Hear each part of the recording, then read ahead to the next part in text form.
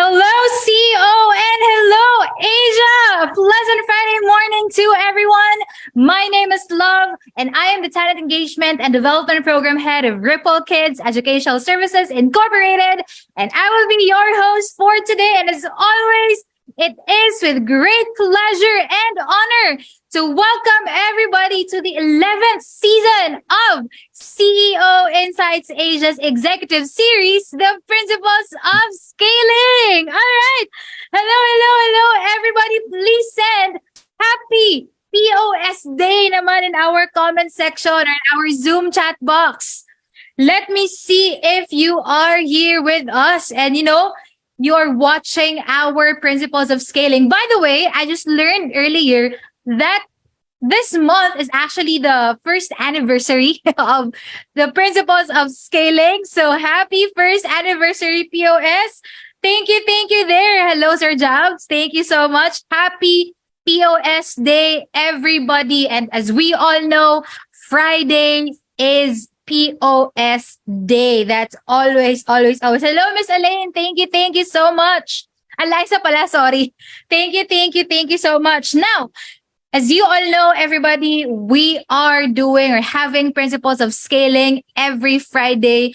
And that's because we want to install DNA principles that scale organizations. Basically, what we want is to help build institutions for legacy beyond simply making money. And please take note and always remember this.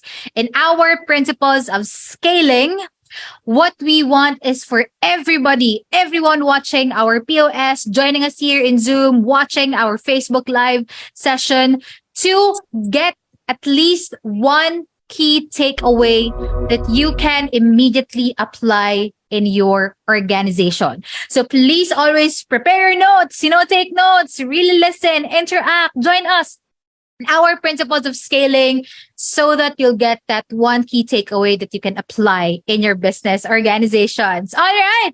So I can see other comments also. Hello, Serfa. Hello, Miss Auda. Oda, thank you so much for watching. And please also share our Facebook Live so that we can reach more people, more CEOs to watch our Principles of Scaling. Now, today, actually, or this week, is the culmination of our series this month.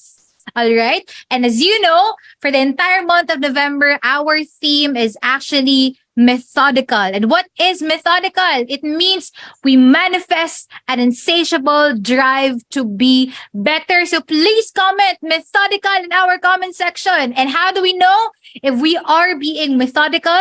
Here are 3 indicators that you need to remember. We obsess in performance, we immerse in details, and we live in ideas. There you go. Thank you so much. And of course, over the past weeks, we had these topics. Week 1, we talk about getting things done, structure or structural. Week 2, it's getting things done, sanity. Week 3, that was last week, we talk about getting things done, sustainable. And today, this week, we are going to talk about getting things done, suggestions. So if you are ready and excited, please send suggestions in our comment section just to see if you are as ecstatic as I am to dive into our POS today. There you go. Thank you so much. Suggestions. Okay, let's remember that. That's our keyword. Now, Before we dive into our faculty discussion, of course, allow me to share a few announcements with everybody. And let's kick off the announcement with, of course, our circle meeting. So, as of today, November 25, 2022, we have 40 plus CEO executive circle members unlocked with more than 30 companies or brands. And as you know, we have multiple circle meetings happening every weekday or business day from our different circle multipliers for men, women, and even couples. And of course, our purpose in doing our circle meetings is to have a weekly intensive CEO leadership education for all our CEO members in the circle. I mean, in the ecosystem. So please grab this opportunity, join our circle meetings, watch the POS so that you'll have more value or you'll give more value in our circle meetings. And if you want to know more, we have our executive members invitation that will be shared by our operators. So please save the link, bookmark it, share it with other CEOs. Now, we go to the next announcement. And we are very happy and proud to say that we have a new executive member. They're actually partners. We have Sir John Paul and Ma'am Nicole of One Click. And of course, allow me to read kung anong sinabi ni Sir John Paul and Ma'am Nicole so far with their experience with CEOInsight Asia. Sabi nila, CEOInsight Asia forces us to become better each and every day. Tinatanggal niya yung word na mediocrity kapag pumasok ka sa circle na to. Sobrang daming learnings, especially sa day-to-day operations. Please take note, everybody. This is a testament, like a real sharing from our CEOs joining our circle meetings. Excellence is the norm in CEOInsight Asia. We don't know mediocrity here. Okay, ayun. And of course, let me also share another announcement. And this is to acknowledge and congratulate Metari E-commerce Corporation for completing the Org DNA Designer Workshop. Your output is purpose.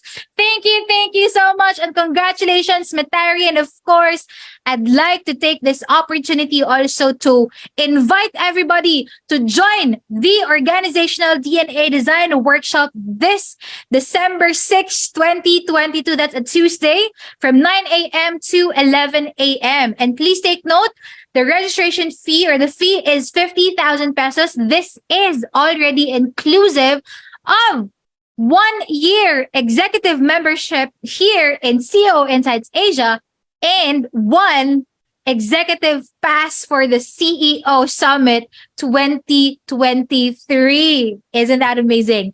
You'll be able to join. You'll be able to have the executive membership in CAA, the executive pass for CEO Summit, and you'll be joining pa the DNA workshop. So please grab this opportunity, message Ma'am Chris or Sir Fa for more details, and please take note po, limited slots only for our Org DNA. Okay? So if you are also looking forward and excited for this, please send Org DNA in the comment section. Before we go to our faculty discussion and the introduction of our faculty. Ayun, thank you. And hello to our 20 live viewers in our Facebook Live and 8 viewers or, 8 participants in our Zoom. Thank you so much po. And again, please share our live so that we can reach more CEOs and they'll be attracted to join our ecosystem. Now, this time, let's dive into the faculty discussion, which we're very, very excited about. Now, before the faculty discussion, allow me first to introduce, as always, it's an honor to introduce this person. Our faculty for today is one of the founders and the executive advisor of CEOInsight Asia. 4 words that I personally can use to describe him: investor, advisor, husband and daddy, the man who iconized the black suit and the red tie. Ladies and gentlemen, let's all welcome Mr. Florentino A. Hernando. Sir Fa, hello po. Good morning. Good morning, everyone. Thank you, love, for that powerful introduction. And salamat for acknowledging happy anniversary, di ba? POS, grabe 1 year na natin ginagawa ito. And we're just getting started. Bati naman dyan, happy anniversary sa Facebook live chat. Good morning, Maymay. Pinapasok na ba si Maymay? Kanina pa nasa waiting room yan. Alright, so happy anniversary everyone.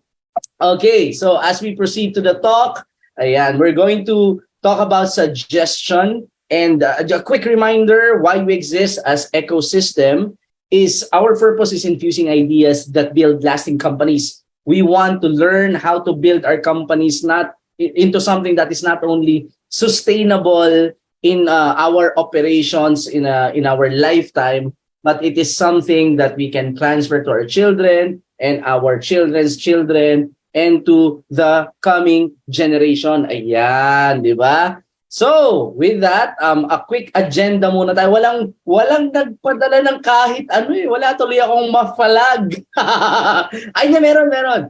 Ano pala, sorry, hindi ko nasabi to. Ma'am Chill, Dagatan. Yan, meron siyang workshop on December. Siguro, i-check nyo na lang sa page niya. Di ba? Meron siyang workshop for finance. Nakalimutan ko include dito. Sorry, Ma'am Chill. So, yan, you want to learn how to be profitable as a business, diyan kayo kay Ma'am Chill Dagatan. Ayan, so agendas tayo today. Right? So we'll do a conversation starter. Andito na pa si Darwin. Pag wala, yari, di ba? So si Chris ang sasagot. So we'll do a conversation starter. We'll do a quick recap. We'll do a logo quiz. So medyo interactive tayo ngayon. So I want to learn if you know what I'm going to talk about, kung anong logo yon. So I want some interaction with the people sa chat natin, sa Zoom at saka sa Facebook Live natin. And then the conversation for today, I'm gonna spend the remaining time here to talk about learning. Kasi isa sa value natin dito sa CEOInsight Asia is being methodical, and that is manifesting an insatiable drive. Hindi mapawi-pawing uhaw, diba? To get better. So we're all driven here to get better. So it's all about learning, itong series na to, no? And we want to understand also, as CEO, kanino ba tayo dapat natututo? And then, what should we learn as a CEO? And then, we're going to link this to the theme, which is execution, right? So we'll get practical later. Okay ba yon? So please type yes, I, kung ready na kayo makinig sa session natin. Yan. Para mas maganda, ganito na lang. Hello, Asia, and type your company name. Diba? Para ma-acknowledge natin kayo. Yan. Talk about your company name. Ayan. So wala pa si Wala pa si... Hello, MN Starnet. Hello, Asia Seller Sub from CES. Diba? Si Sam, si Jobs. Hello, Star Asia. Oy, si Speedway nandito sa Zoom pala natin. Si Faye to, di ba? Hello, Faye. Good morning. Arkesi, our fabulous host na si Love. Good morning. Ayan, si Gramworth nandito. Miss Mel. Okay. So, wala si Darwin. Aawayin natin si Darwin, ha? Ses, dahil ikaw nagturo. Conversation starter, ma'am. Di ba? Pala ka na dyan. Sige. Pwedeng mag-unmute si Ses? Pwede. Yan. Go, ma'am.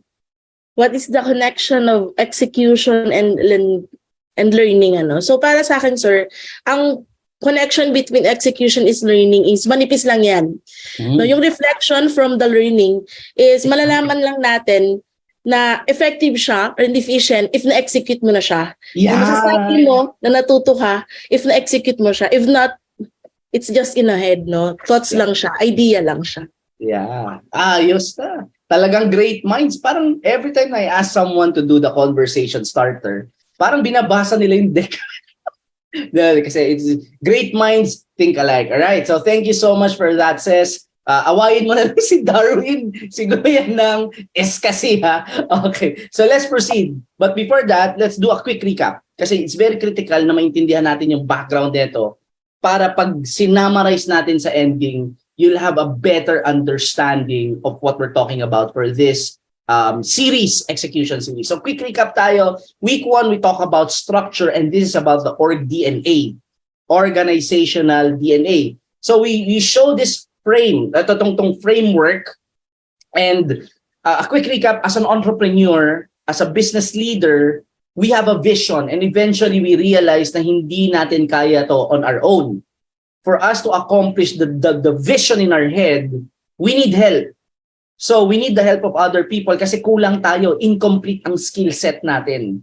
We need to have other people joining, and that's by design. That's by God's design. Hindi lahat binibigay lahat, 'di ba? Hindi lahat binibigay sa isang tao, 'di ba? So with that, we can do 3 things to make sure that people work with us. We can command.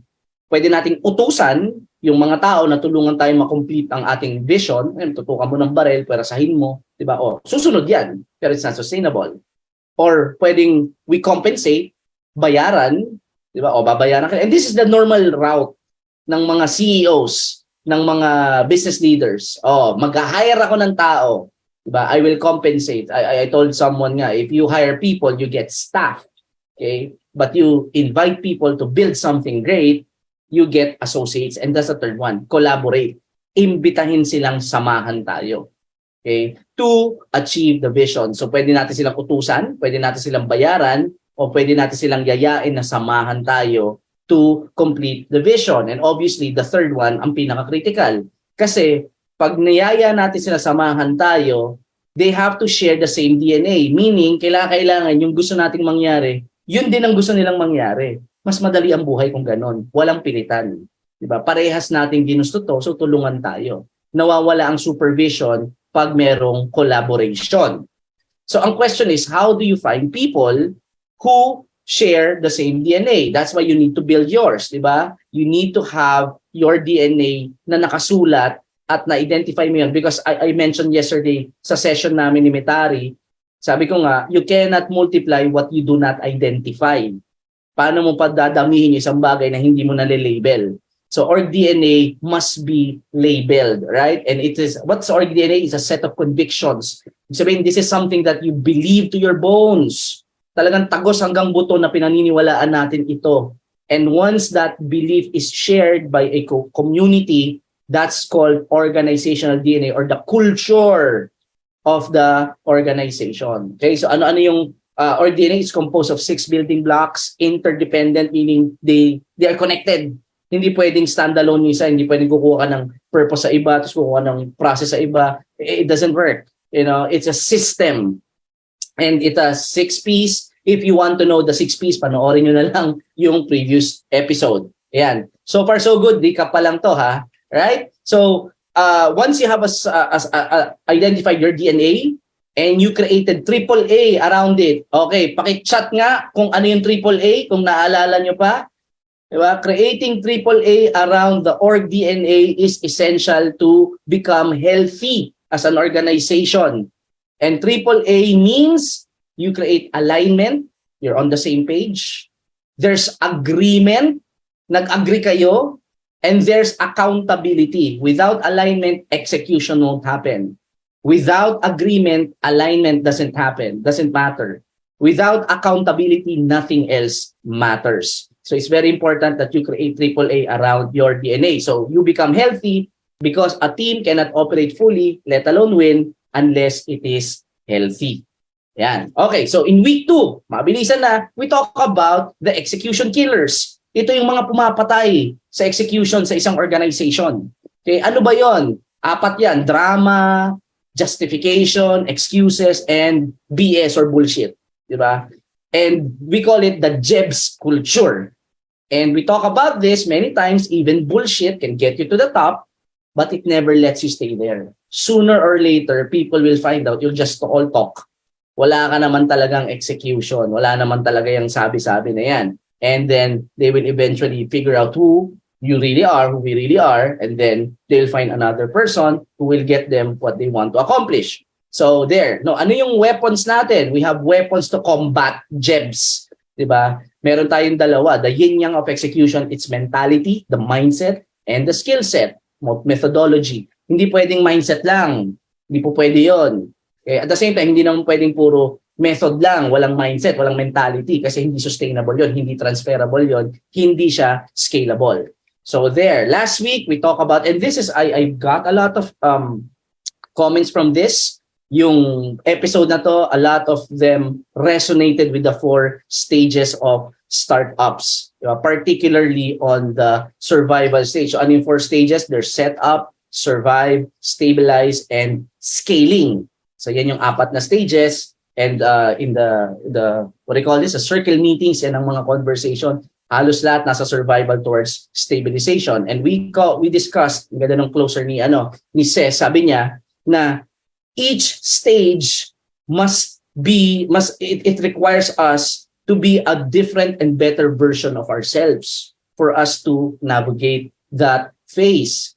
Kasi bawat stage has a different context. Different context has different challenges. Different challenges require different competency or skill. Hindi pwedeng paano ka mag-setup, ganun ka rin mag-scale. Ibang skill yon kasi iba ng challenge yon. And here's the beauty of it. Business review is the Swiss Army knife of CEOs. This is the practice that helps you transition each stage. Yan. So far, so good. Please type yes, I if you are still with me. Recap pa lang yon. Ngayon, pupunta na tayo sa session ng suggestion. Yan. Yan. Hi, papasukin naman natin si Hana, di ba?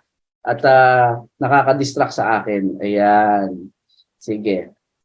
Alright. So, suggestion tayo ngayon. Magkaroon tayo ng logo quiz. Sige.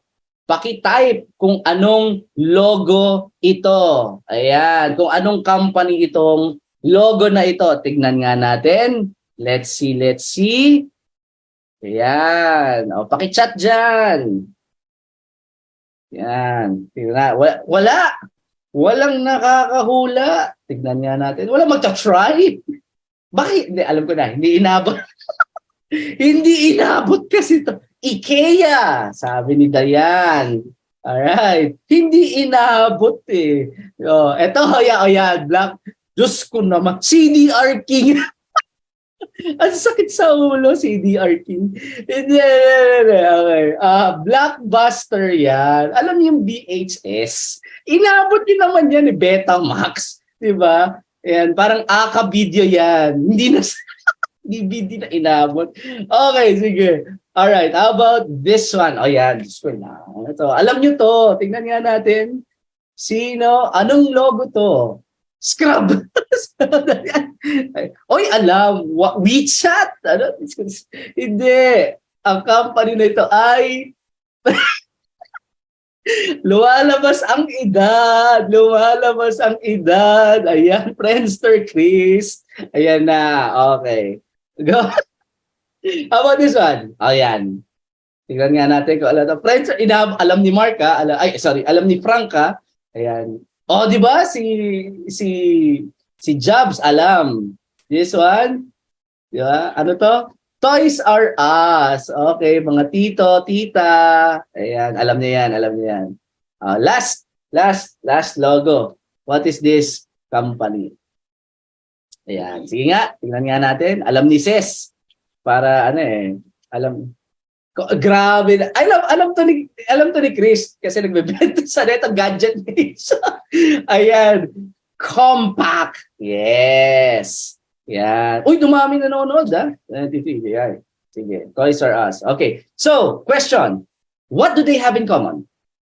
What do these companies have in common? Blockbuster, Toys R Us, Friendster, and Compact. What do they have in common? Sige. They fail. Yes.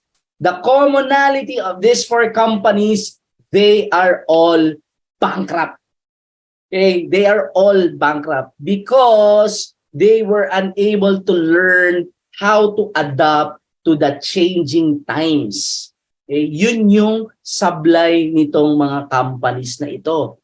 They are all bankrupt because learning as an organization isn't part of their DNA. Here's the thing, okay, listen up. And I was asked by a CEO kanina. Sabi ka, as CEOs, we learn. Walang problema ron. We attend learnings and so on. But the challenge here is you don't build an organization on your own. You have to build it with your team. Ang question is, are they learning as fast as you are? So have we encultured learning into our organization? Have we baked it into the DNA? Kasi walang problema. I know you're learning. Pero is your team learning as fast as you are learning? Nagkakaroon ng knowledge gap. Kaya nagkakaproblema sa execution. Please type yes, I if you can relate. Ayan, di ba? Kasi yun ang thinking eh. Grabe, I'm learning naman eh.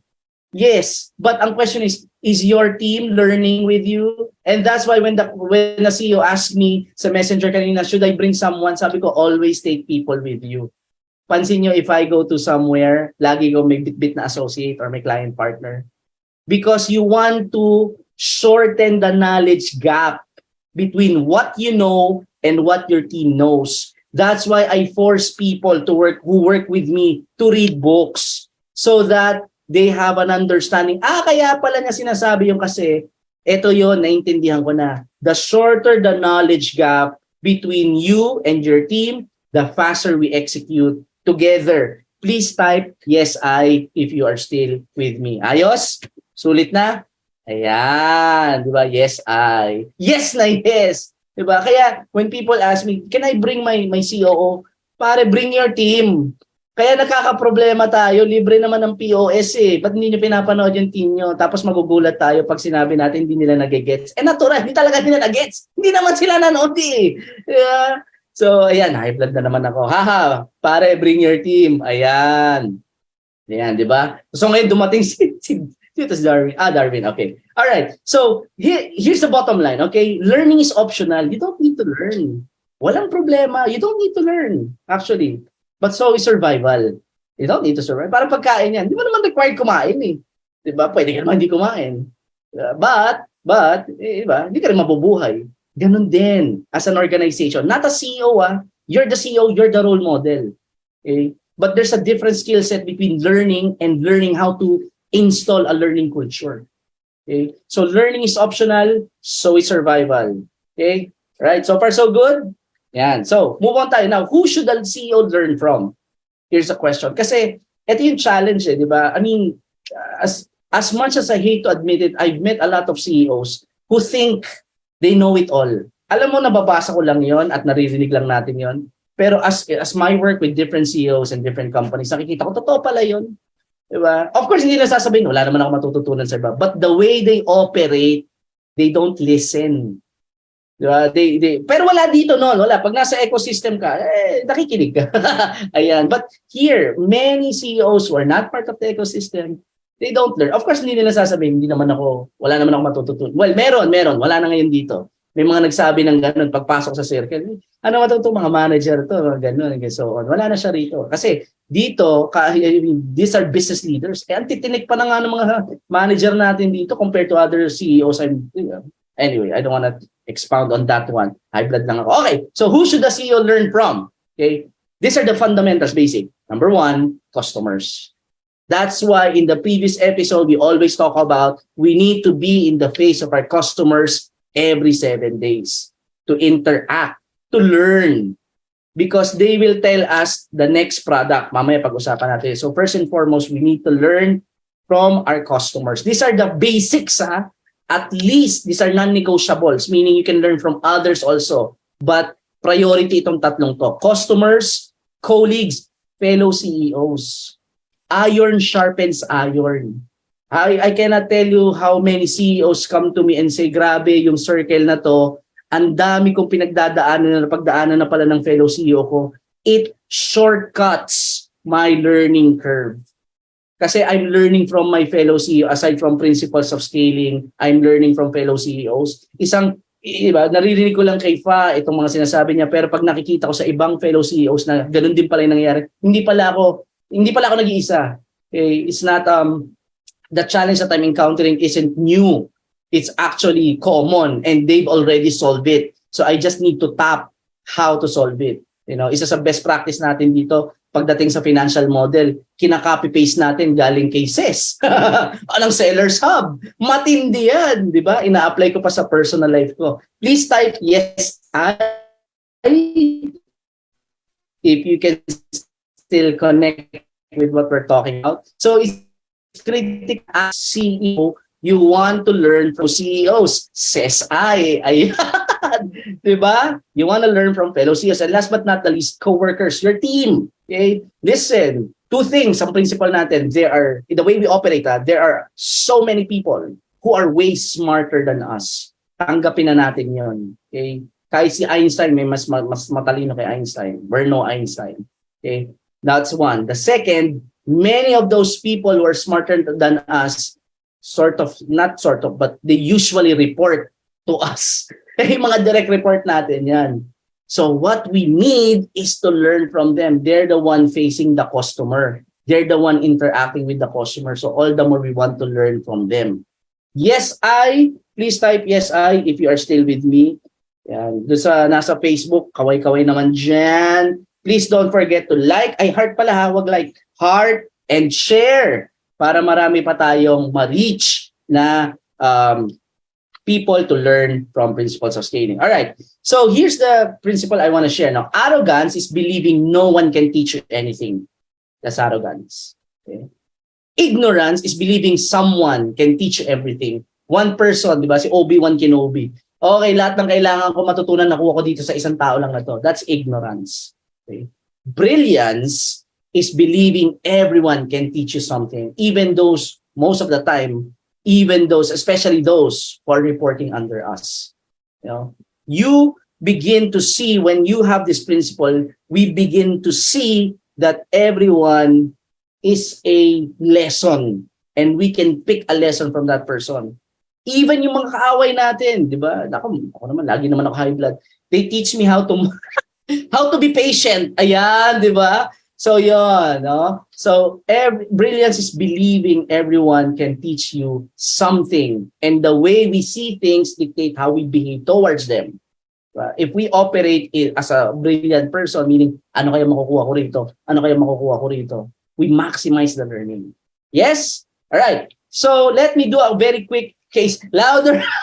Louder. Yan. We want to do a very quick case study, quirky. Someone who literally built, a company that literally built their company from mining the ideas of other people. Go to a website, ang pangalan ay Quirky. And Quirky creates products invented by real people like you.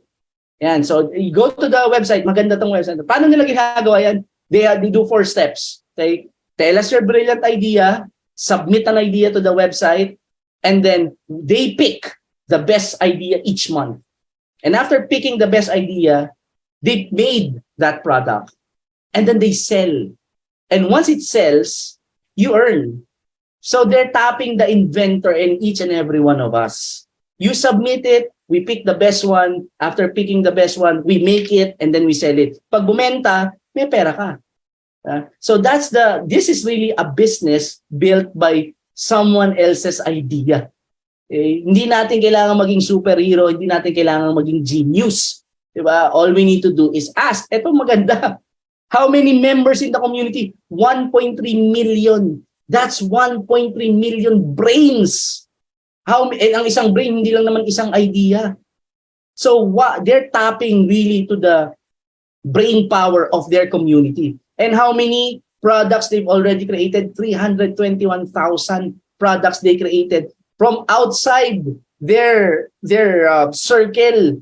Pinanggalingan ng idea na yon. And how much? 11 million na ang binayaran nila out of royalties. So, let me switch this a bit. I'm talking to you, CEO. I'm talking to you, business leader. I'm talking to you, leader, manager, supervisor. Doesn't really matter so long as you're leading your team. Do you have a quirky inside your team? Meaning, you don't have to go outside. Can we install this to your team? Are you asking your team their brilliant idea? And are you implementing it?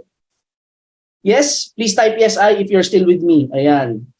Install this. You don't have to go to Quirky. Bakit kailangan si Quirky ang di ba? I mean, wala namang, there's no plagiarism in ideas. let's install this in our organization. Sabi nga ni Jack Welch, who's the manager of the century, nag-birthday to, ka-birthday ni BK to. Ayan, diba? This is what he said. Before you were a leader, your job is to know all the answers. When you become a leader, your job is to ask all the questions. Here's the closer niya. As CEO, I want every brain in the game. Ang thinking niya, I already paid for your hands, your skill. Your brain comes for free. I want to use it also. Maximize it. And he created a practice called boundarylessness. For him, everyone reports to him. So lahat ng makita niya, he wants to ask idea. What's your idea? What's your idea? There's a practice I did. I'm not sure if it's here, but I'll try to mention it later. When I was involved in companies, and I was in a middle management, I asked the CEO the CEO asked me how we can engage the workforce, and I created a survey. I'm going to ask that. I'm going to share that later. Let's see kung nandito. Alam ko nandito sa slide. So let's share another example of crowdsourcing. Okay, we talked about this crowdsourcing a few episodes. Balikan nyo na lang. Okay, some examples. Diba? Unang-una si Facebook. It's everywhere basically. Okay, Facebook doesn't own anything. They get updates from the people who share. People love to share. Lalo na mga millennials at mga ano bang next ang millennials? Mga Gen Z. We love to overshare pa nga eh, 'di ba? Minsan, 'di ba? We love to share. So, Facebook took advantage of that. Can we install this in our company? Yan. Okay. Thank you, Felix. Ayan. So, getting content from content creators, YouTube, 'di ba? You get content creators, you get people who share their videos. YouTube doesn't own anything. He's actually paying people, 'di ba, to produce content. Ayan. What else? Ito, Blackstone and Vanguard and Sequoia na lagi namin pinag-uusapan nito this past few days, the venture capital industry. So, how does VCs work? Okay? Yeah. How does VC work? They get ideas. You're a CEO, you started a company, you need capital, 'di ba? So ang gagawin, the Sequoia Capital, Blackstone, Vanguard, they have the capital, you have the idea, we fund you. So hindi na sila mag-iisip ng idea, hindi na sila mag-iisip ng business. Sila na lang mismo ang tawag dito, okay, may business ka, may idea ka, ito, ayan, I'll fund you, 'di ba? So they tap the brains of the CEOs to build for them. That's how we tap the brain power of the people na nasa paligid natin. Now, you can be a venture capital practitioner inside your organization. 'Di ba? So use this practice, right? So sa CEOInsight, ginagawa natin 'to. Okay? Yes, please. Yan. So, ito, sa CEOInsight Asia, we want the world-class faculty. We want to get world-class. That's why we're learning from Kim Storr. We're learning from Steve C. Diba? We're learning from Marvin. We tap BK. Diba? We want world-class ideas to be infused in our ecosystem. Right? So, here's the thing. Si Kim Storr celebrated 16 years. The journey, shinare niya. We get access to 16 years of experience in the summit. So we're tapping the brain power of a lot of people to be infused in our leadership so we can apply it in our organization. Please type yes, I, if you are still with me. Yan.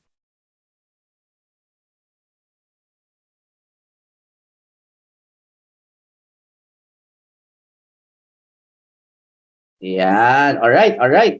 Sige. Moving on. Okay. But hindi na naman kailangan ang CEOInsight Asia, ang CEO Summit once a year lang. Punta tayo sa ito by the way, kinuha natin si Gian Havelona for CEO Summit 2023. And si Gian Havelona he started the company at the age of 19. It's called the Pinoy Steve Jobs. And he's already featured in Rappler, in CNN, in ANC, and he's what do you call this? He's a Forbes 30 under 30. He will be speaking. He'll be speaking and he'll be adding. There you go. Close. Oops. Sorry about that. He'll be adding value sa atin as CEOs in the summit. Okay, so moving on there. Weekly circle meetings, but getting infusion from fellow CEOs. The point here is we're tapping the brain power of everyone that we want to learn from.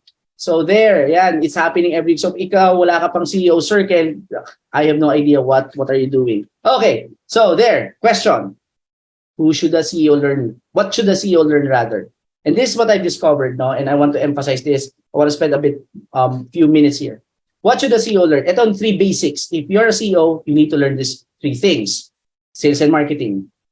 Kailangan marunong tayo magbenta pag CEO tayo. You don't need to be an expert. I'm not saying you need to be an expert. As you grow, you turn it over to someone, but you need to know how to sell, market. Second, create products. Invent products. Doesn't have to be you inventing, but you're part of the invention process of products. Last but not the least, business system design. Okay? So here's the flow.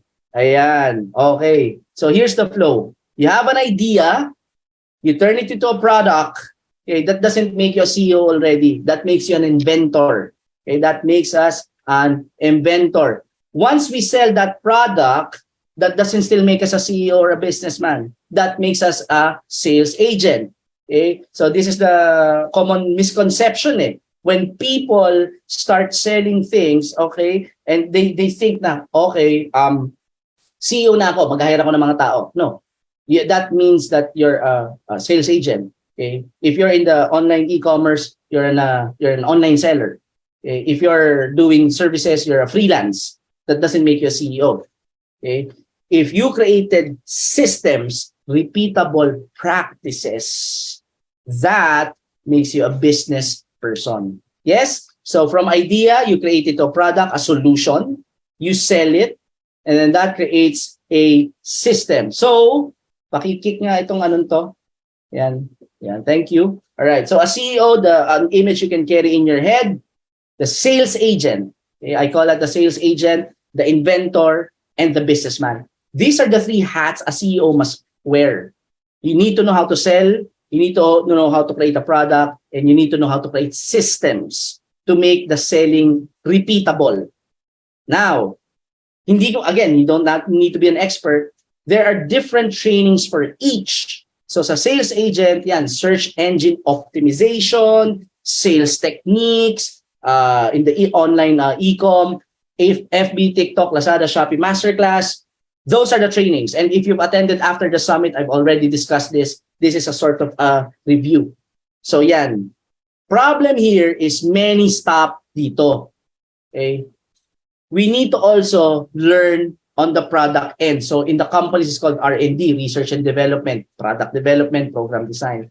And last but not the least, ito yung nakita nating gap. Okay? The businessman. MBA kasi ang training dito. MBA, Masters of Business Administration, Financial Modeling, and Organizational Design. Principles of Scaling, Circle Meetings addresses the businessman side. Okay? Kaya wala tayong pinag-uusapan masyado dito na Facebook, TikTok, how to do that, how to optimize your store. Because that's not our focus. We're not saying it's unimportant. Go learn that, promise. Ang daming magagaling dyan sa labas. Okay? Learn that. Doon din sa invention, creating of product and so on. Ang dami. But if you're here in CEOInsight Asia ecosystem, this is where we learn how to build our companies into a lasting institution. Please type, yes, if you're still with me. Yan, bigat ba? Oo. Ginusto nyo to eh. Ayan. Di ba? Mainit. Yan. Okay, so, thank you for that interaction. Sige. So, here's the connection ngayon. We talk about learning, we build up na kailangan nating matuto. We need to learn a lot of things, not only in the technical, not only in the cultural, but also in the leadership. We talk about that. Ngayon, ang theme natin is execution. Anong connection ng dalawa? And the connection is yung sinagot ni Ces. Diba? What is the connection of execution? Execution enables learning. Once we learn that once we know that we're going to be held accountable for the result, it actually forces us to learn. Yes, I. Please type yes, I if you're still with me. Ayan. All caps di ba? Yan. Tama Di ba? Kaya critical ang accountability. You inspect what you expect. Kasi pag walang accountability, walang execution na mangyayari. Ano tsambahan. O nagawa mo? Di ko alam. Diba? So, accountability should be practiced on a regular basis every 7 days. Hindi ko maintindihan ang mga company na nagtatrabaho for 30 days tapos for 6 months tapos hindi nagche-check ng numbers. Ang hirap, I still don't get that have you tried playing basketball nang hindi kayo nagtitingin na ng score? Diba? That's a pinaka-fundamental, So, ganun din sa business. You have to you have to know where you stand. You have to review the business. So, execution enables learning. And when you execute, yun nga yung sinabi ni Ces, it expands your learning because you'll figure out, once you execute, you learn it works or it doesn't. If it's in his head, it's a theory. Have you experienced that? Na meron kang idea na alam mong sure na mangyayari to. Nung in-execute mo, iba sa reality, hindi nag-work. Kasi at the end of the day, the idea here, it's perfect. But pag binato mo na yan sa marketplace, pag binato na natin yan sa mga customer, sila ang magsasabi if it works or not. So, the faster we execute, the faster we learn. Yun yung sinabi ni Gian Havilona. Yun ang tinuro niya sa akin. Start sooner, learn faster. Kaya dito sa CIA, we always joke around that we have a certain standard. It's not a joke actually. We only have one standard, and that's excellence. We only have one timeline. Anong timeline natin dito? Pakichat nga. Alam natin. Sige nga, yan. Diba? Because we want to start sooner, learn faster. The faster we execute, the faster we learn. And once we execute, we realize it's working, nag-open ng opportunity. Alignment leads to growth. Growth leads to opportunities. Kasunod nun, opportunities sometimes lead to misalignment. Yes, I, di ba? Ayan, please type yes, I if you're still with me. Okay, there. The third one, yes, aray na aray. Ayan. Okay, the third one, execution and cultures learning, and this is what you want as CEO. Here's the thing, Here's what I discovered. Once you're able to work with someone at a certain level of execution, yung kalibre niya sa execution, yun ay nagiging standard You now begin to match others based on this certain person. Parang, ang galing nito, bakit kaya hindi yung mga kasama ko kasing galing nito? The highest level of execution becomes the standard in an organization. So now it depends. And once we begin to work with people like that, we begin to identify ways how we can bring in more people that are like that. Someone who executes and who constantly learn. And that begins the enculturation process. Nagkakaroon na parang ito yung expectation natin kay isa. Yung expectation na yun, nagiging ganun na expectation natin sa iba. Ngayon, ang tanong, yung iba, makakasabay ba? Diba? Marami, nakakasabay. Nakita na, kasi hindi naman tataas ang standard kung hindi natin itataas to Yes, diba? We cannot raise a standard by accident. Hopefully tumaas yung standard. No, we have to intentionally. Yes, grabe sila. Yes, we have to intentionally raise the bar. Hindi yan hoping na mag-raise yung bar. So we have to raise the bar. And once we raise the bar, people will grow beyond that. We'll try to reach that, and usually they achieve that. And that's how we change the game. How we raise the standard. So yan, right? So those are the three ways. We execute, it forces us to learn, it expands our learning, and cultures learning. So let's get practical. Ayan, I still have 10 minutes. Please type yes, I if you're still with me. Iinom lang ako, medyo na-stress ako dito sa Zoom. Ayan, di ba? Si Darwin kasi talaga. Ayan. Okay, so let's get practical. Okay, here's the question that we're going to ask. How do you implement the best suggestions? Because in summary, here's the thing, no? We want to keep learning, but we realize, hindi naman pala kailangan lahat ng idea ng gagaling sa atin. Hindi naman pala kailangan superhero tayo. So why not tap the others? It's free. So how can we tap and implement their ideas? Okay? So first and foremost, we need to create a platform. Okay? We want to create a platform. The Quirky is a platform. Bring Quirky into your organization. Wala naman nagsasabing bawal yun eh.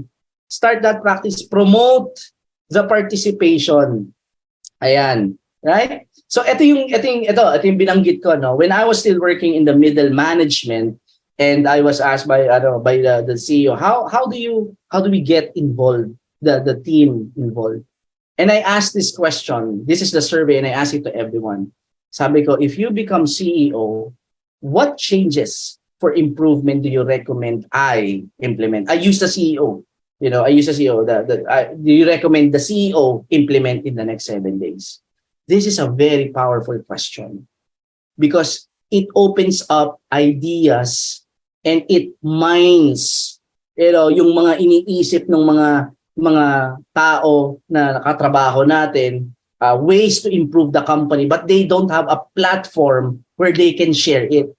Use a suggestion box and pick, di ba? I mean, for crying out loud, this is already 2022 technology, online na lahat.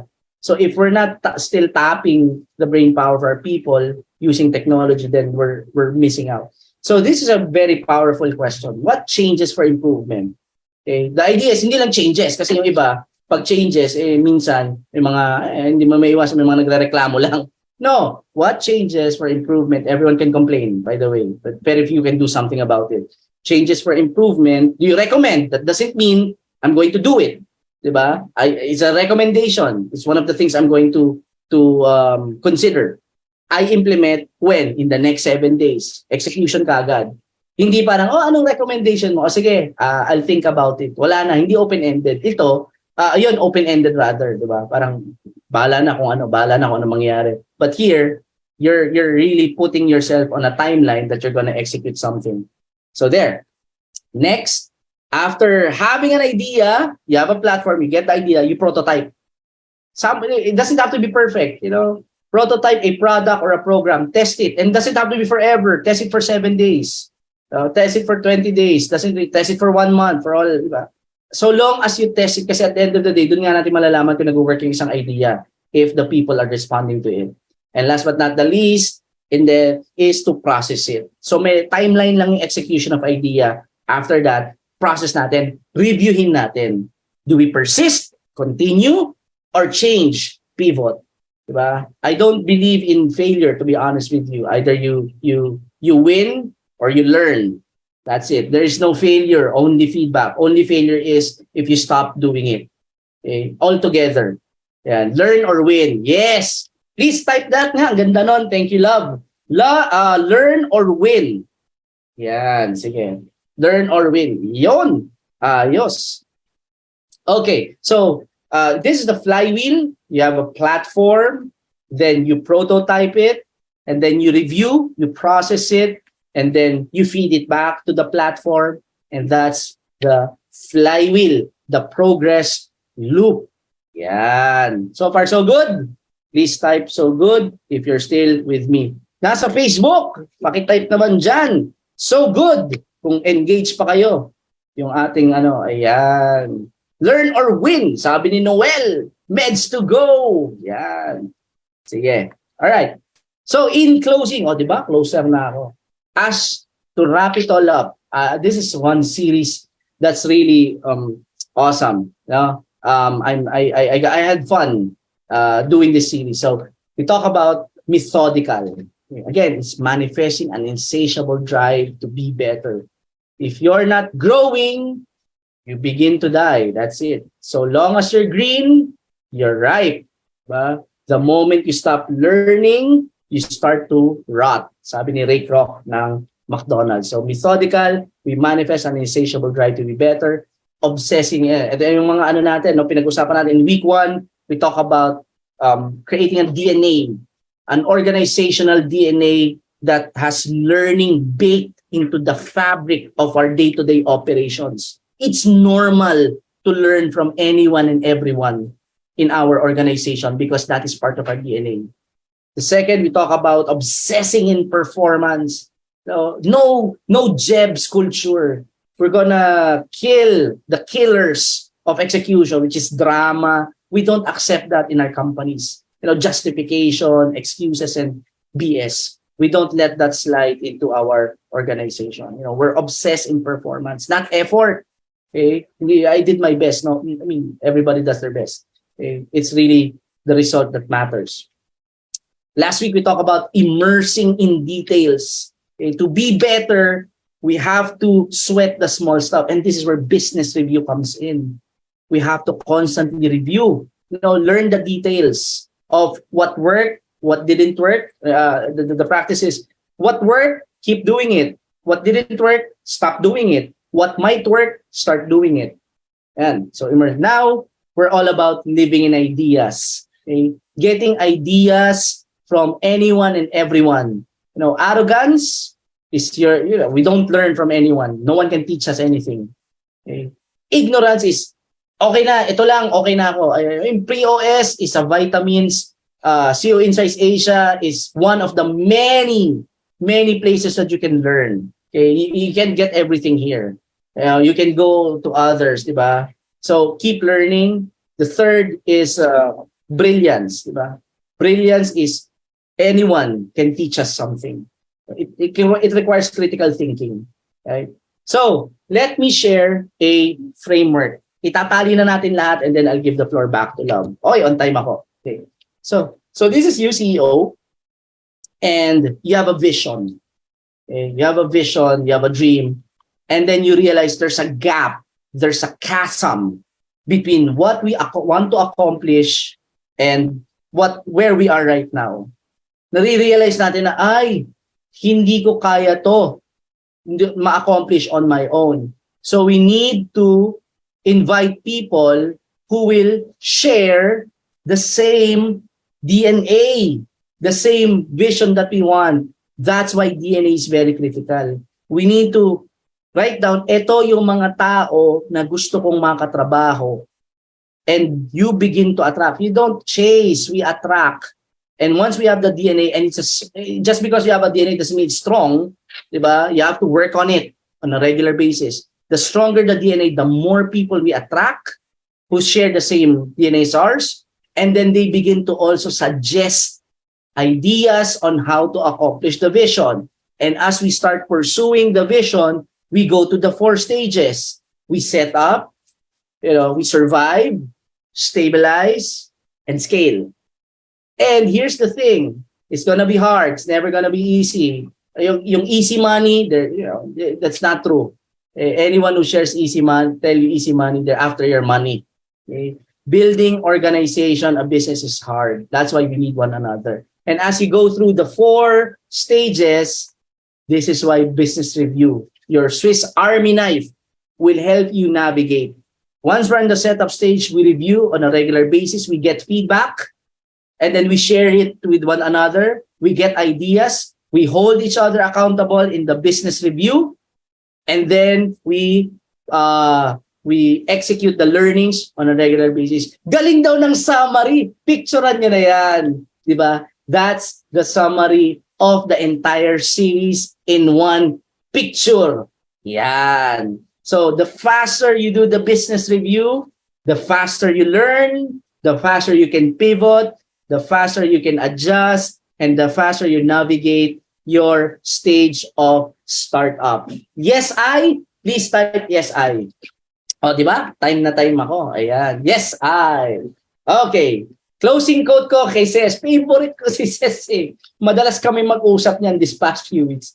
Ito yung sinabi niya. And sabi niya rito, CEOInsight Asia for me is the book smart. It's the living example ng mga nabasa naming books. Kaya hindi mahirap sa amin mag-grow. And Ses is a finance head of a Seller's Hub. Sabi niya, hindi mahirap mag-grow kasi maliban sa nabasa na namin sa books, nakikita pa namin siya working. CEOInsight Asia basically is the visual aid of what you read.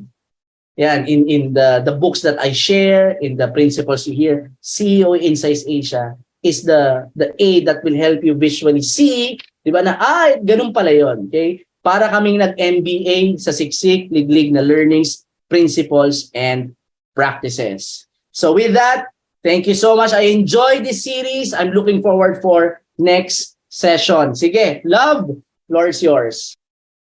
Thank you so much po, Sir Fa, and thank you also kay Miss Cess dun sa insight niya.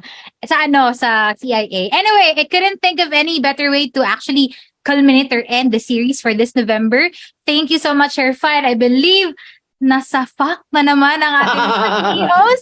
Okay, so this time to end our session, let's have an insight contributor. So let's hear from Ma'am Chris. Ayun! Ayan, thank you. And sige, so my insight, not just for today's session, since na-mention din yung recap, and for the entire series this November, executing in a methodical way. We manifest an insatiable drive to be better. So here we continuously learn, we obsess in performance, we immerse in details, and we live in ideas. And with that, especially yung sa last visual, in all stages of the businesses, whether you're a startup, you're setting up your business, you're starting something new, or you're in a survival mode, you're trying to overcome difficulties, your adversities as an organization, or you're in stabilization mode, or even a scaling mode, what is important is, through the business review, and of course, the continuous infusion of the DNA. That's why we cannot emphasize it any harder that DNA is really important. And paano mo mai-infuse yung DNA if you yourself cannot even identify what your DNA is? That's why, again, I also would like to take this opportunity to invite everyone for the DNA Design Workshop happening on December 6th. Importante talaga siya. We push for it not because we're not really gonna gain anything if your organization excels or, alam mo yun, mag-fly to the moon. Diba? It's you who will really benefit the most in the DNA design. So yeah, yun ang aking insight for this series. Smooth! Thank you so much, ma'am. Kasi hindi ako nagkamali sa pagpili sa inyo po. Anyway, thank you so much po, Miss Chris, and thank you, Sir Fa. Thank you to our viewers and our Zoom participants here. That's it for our November POS series. We will see you again this December. If you want to be a host, operator, please message your circle multipliers and join us in our POS. Thank you, everybody. See you next time. Thank you.